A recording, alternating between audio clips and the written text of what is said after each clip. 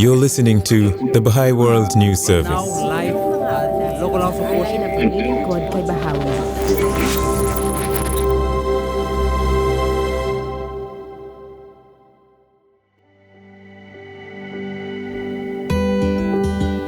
In this episode, we hear from 3 members of the Bəhai community of Azerbaijan. Gulnara Eyvazova from the Board of Counselors in Asia. Sustaining family bonds and supporting them will assist many communities to flourish. Ramazan Askarli from the National Spiritual Assembly of the Baha'is of Azerbaijan. People want to be happy and they want to live peaceful life. And Javid Mamadov, member of the Auxiliary Board in Azerbaijan. So this news program, some of the text gives the conceptual framework of the scientific approach, and also morality. Together, they explore the rich history of the Baha'i faith in Azerbaijan and share examples of how Baha'i principles are shaping patterns of community life in their neighborhoods and how these principles are contributing to thought at the national level. From the Bəhai World News Service, this is In Conversation, a collective exploration of the practical application of Baha'i principles to the building of peaceful societies.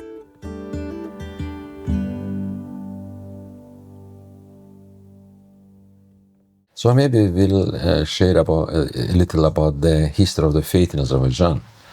That the Baha'i faith has been established in Azerbaijan in late 80s of 19th century.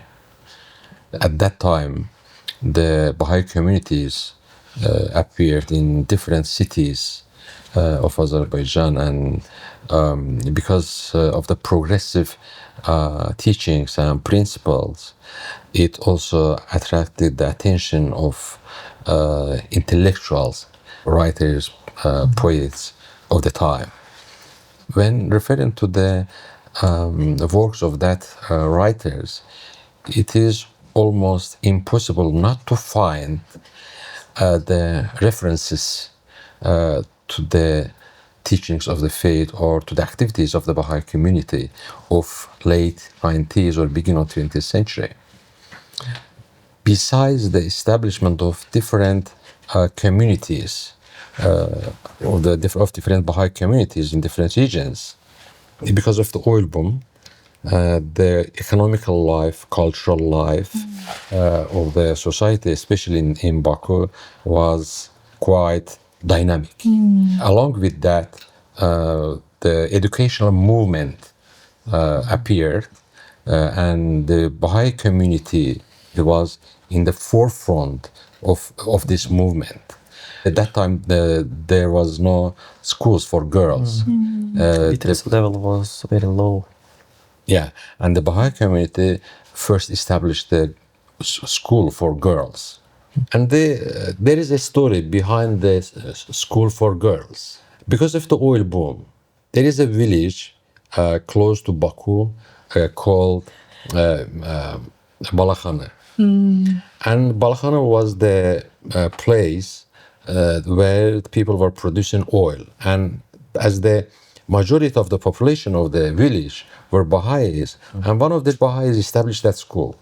But there was nobody, woman teacher, to teach at the school. So he sent his daughter to other country, and she got the education, came back, and became the principal of the school. So after that, that village had his own tradition of educating girls and the people in general. So today, the Baha'i community continues that tradition. And that's why even today, the Baha'i community is very much connected with education. Javid explains how the Baha'i community today continues to foster the equality of women and men.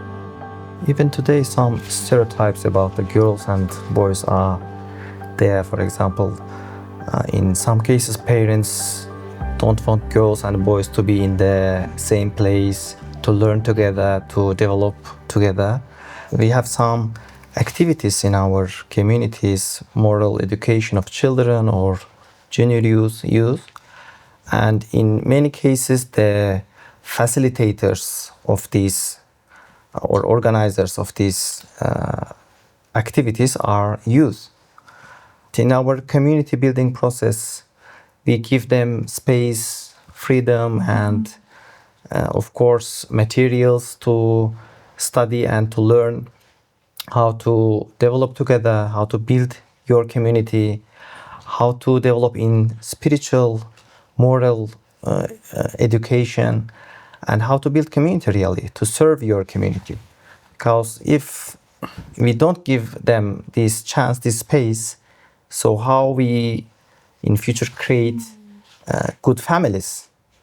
Because they have no experience to be together. So now we, in our communities, doing the same work, how to help them to be together and to learn, to develop. Yeah, because also in public schools you can get some knowledge, but to understand more about the intellectual concepts, it is maybe not so structured in the textbooks.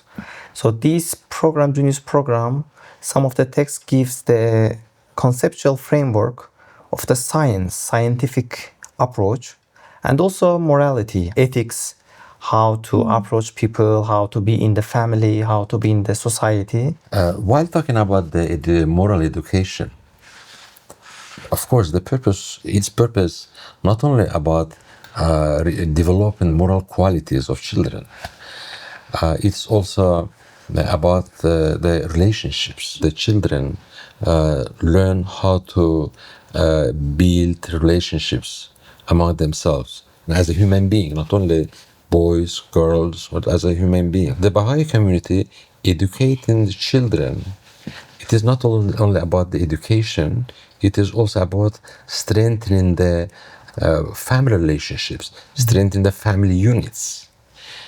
Do you have any idea or the stories or episodes that would somehow illustrate this contribution of the Baha'i activities in the life of people or families or group of people? Yeah. I remember you love to talk about one story in one of the villages. One of the villages, yeah. But, Actually, that's how the transformation and change can start with one person and with his educational activities. Yeah, thank you for reminding. Actually, this one person did not affect only one family or group of families. The transformation process that it takes place in that area went up to 10 villages, which surprised us tremendously. A young Azeri boy who leaves his village. He travels. He goes to Europe, Ukraine, becomes like one of the trainers of jiu-jitsu. I think this is martial art. He gets settled in one of the countries. But then during this process, I think his parents are left in the village. So when this boy becomes acquainted with the teachings of Baha'u'llah about service to parents, or the role of the parents and what is expected of the children in connection to the parents, he decides to come back. We were reflecting what contribution he can make in it, because now he's taking care of parents and living with them. And his reading of reality, while he was describing the need in that area, he said, nowadays I see that girls in our village, they're really putting a lot of effort to get education. However, he has witnessed that there is something missing in the life of boys, and he can contribute to that. So he was martial art trainer. So he opens training center, and he establishes a program, and they have space for these participants where they reflect about their life, their thinking about their existence, they reflect how they collaborate. And that important aspect for me was that after several years, when he was analyzing again the reality in the village, he says, normally people will go to capital city or the best universities. They said, we will enter university of my own area. One of the questions we also explore in our community gatherings, we're trying to understand what role we can play as a community and as individuals, and how we can support Azerbaijani families from early childhood until their adulthood, when they're already building the new families. And one of the aspects that were discovered is the level of consultation in the families, like whether they're newly established or it's long-standing families, and the relationship between children and parents. Because there are some expectations sometimes in the families that they do not allow our bonds and relationship really to flourish. And so, exploration of these topics was done in family groups. And one of the aspects that were discovered, these children, they pass through moral education that goes and gradually helps them to pray for the unity in the family and take regular steps to sustain that unity. And then it comes to the education materials for adults. And when you pass through this, you understand actually what is my role as a social actor in society. And not only my family should be healthy, because my child goes to yard. My child goes to school. Several families, they came together in the neighborhood to reflect about that. Okay, what circumstances we should bring? What are the conditions? What is the role of each of our family? It's not an easy thing that will come just because I read it and I theoretically understand. It requires sacrifice. It requires thinking about preferring other and allowing others to participate. That's wonderful reality that we see in Azerbaijan. This more family-based community. We see that sustaining family bonds and supporting them will assist many, many communities to flourish. Sometimes we don't acknowledge that the time has arrived to reconsider many conceptions that previously managed our life, consciously or unconsciously, or as a stereotype, or in a form of traditions. So today, this education, the moral education, and with all its characteristic elements, prepare young generation to more conscious life and to understand the reality, and to form and develop new model or new kind of behavior. It is true at the global level, it is true at the national level, it is true at the local level, and in the family, within the family, within two individuals. So this is again the matter of coexistence somehow, right?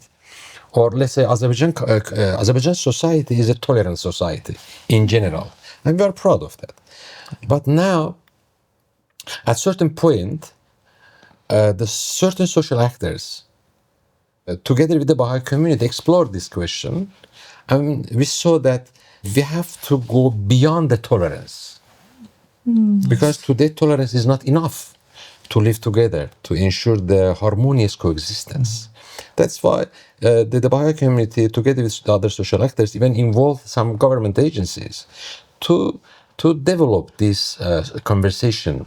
What we can do, or how we can go beyond tolerance. For the very first time, a seminar was held on global peace in the context of harmony between religion and science. The question of relationship between science and religion is a hard talk, actually. Certain people from academic circles and also from religious environment, they had some reservation about having this conversation together. And it resulted in a seminar that religious people and scientific people came together and started talking about the not the religious principles or the scientific, the discoveries or theories, but started with simple thing. People want to be happy, and they want to live peaceful life. And what do they have at hand to use? We cannot reject religion, we cannot reject science. So we have to think how we can utilize them for our harmonious life, for our happiness, to live in a peaceful world. So in this conversation, we concluded that religion and science, they should meet certain conditions. For religion is to be free from literal interpretation, from prejudice and blind imitation. And also, of course, there are certain requirements that For science. For science also, that scientific truth is not absolute, and it's also relative, and etc. And this, the questions raised in the conference demonstrated once again that people are looking for the conditions for the realization of their aspirations. And really, the principles of the faith helps to create that conditions, starting from children classes, junior youth groups, many other spaces that people are involved in that we call capacity building process, and then with such kind of discourses at the national level or at the global level. You've been listening to In Conversation, a podcast series from the Bəhai World News Service. For more podcasts and stories, visit bwns.org.